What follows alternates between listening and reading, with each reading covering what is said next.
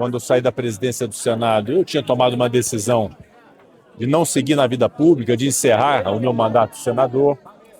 Houve vários pedidos de ponderação em relação a isso, não só do presidente Lula, mas diversos companheiros políticos, aliados políticos.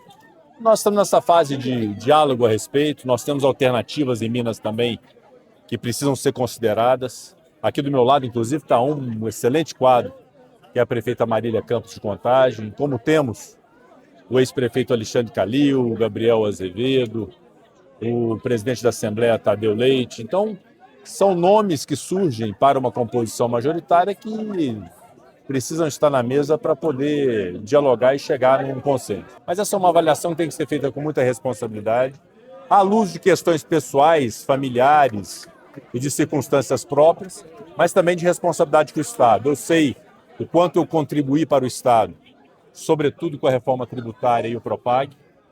Olhamos com um olhar muito sensível aos problemas de Minas Gerais do Congresso Nacional e temos esse reconhecimento do trabalho que fizemos, que estamos fazendo no Parlamento em defesa de Minas. A consequência de ser uma candidatura ainda precisa ter definições de cunho partidário, de cunho político, com aliados políticos, e eu vou conversar com todos eles. Mas o que eu quero dizer é que não há necessariamente a imprescindibilidade do meu nome. Ele não é um nome indispensável. Há alternativas no Estado que precisam ser consideradas, até porque nós temos diversas posições de vice-governador, de Senado da República, que precisam, então, ser objeto de um diálogo político, é o que nós mais sabemos fazer em Minas. Não precipitar e poder ter um diálogo que seja maduro para o bem do Estado. Nós temos que ter sempre a compreensão de que essa é uma missão muito difícil. Ela não pode ser fruto de vaidade, de orgulho, de um pensamento individual. A reconstrução de Minas Gerais passa por um pensamento coletivo e por uma ação coletiva, sobretudo da classe política, que é quem tem a responsabilidade por essa reconstrução, de representar o povo. Então nós não podemos nos render ao populismo, à demagogia. Nós temos que saber que esse Estado deve 200 bilhões de reais, que houve um propague de iniciativa do Congresso, mas que não é uma solução simples. Nós temos que saber que o Estado precisa e está carente em diversos setores de infraestrutura, nas áreas de saúde, de educação, de segurança, sobretudo. Tornou-se um Estado, infelizmente, ainda que nós tenhamos instituições muito sólidas e polícias muito eficientes, eficazes.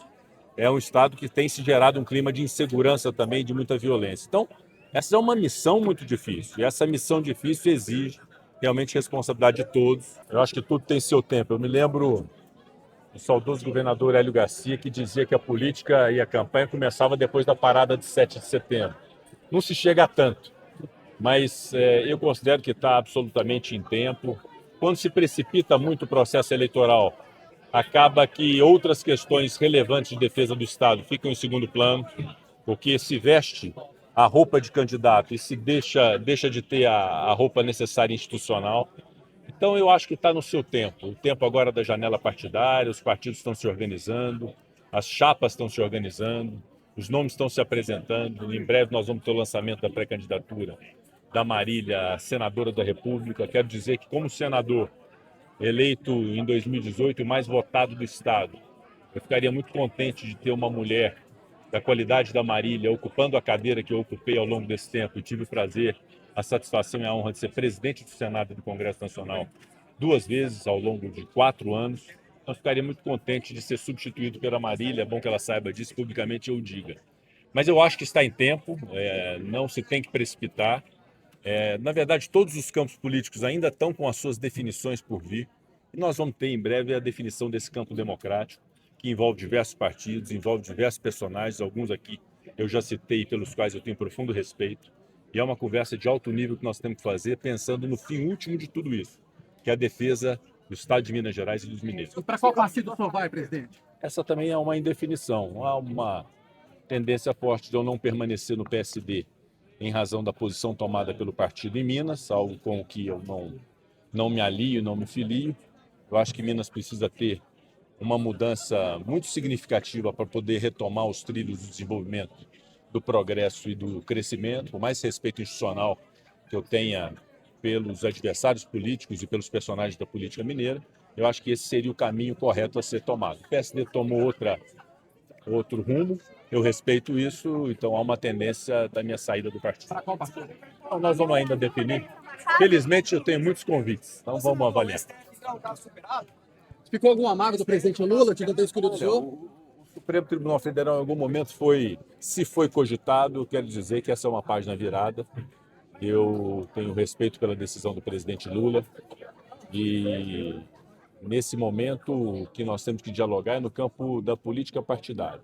E, na verdade, no meu caso, é se é permanência na vida pública ou se é uma candidatura. O Supremo Tribunal Federal é uma página virada e eu quero aqui enaltecer o respeito que eu tenho pela Suprema Corte, pelos ministros da Suprema Corte, e eu acho que é muito importante que todos os brasileiros tenham também esse respeito ao Supremo Tribunal Federal.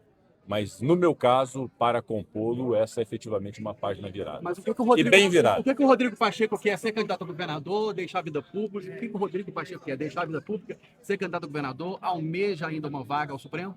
Não, a questão do Supremo Tribunal Federal é uma página realmente virada, bem assimilada e bem conversada com o presidente Lula. É óbvio que seria muito honroso, digo que a composição do Supremo Tribunal Federal, uma indicação para o Supremo, é algo pelo que não se trabalha nem se faz campanha, mas também não se recusa, né? Mas como houve uma decisão do presidente que foi outra, uma decisão que eu reputo acertada, de alguém muito qualificado, isso para mim realmente ficou muito bem resolvido. Hoje eu tenho que trabalhar muito a questão familiar, a questão das pessoas mais próximas. Eu vivi momentos muito tormentosos na presidência do Senado e na vida pública. Eu tinha um compromisso comigo mesmo de encerramento da vida pública. Eu dizia, quando comecei a minha carreira política como deputado federal, que eu tinha uma data de entrada e uma data de saída. Eu acho que a política não pode se eternizar. Tem um momento que você tem que sair para dar lugar a outros. Então, eu tenho isso comigo e é uma decisão que eu havia tomado e, diante de tantos pedidos de ponderação, eu tenho feito essa ponderação e vamos chegar num bom termo. O que eu posso dizer é que esse campo democrático, representado por tantos partidos, por tantos prefeitos, por tantos nomes, ele deve se unificar em torno de um propósito único de reconstrução do Estado de Minas Gerais.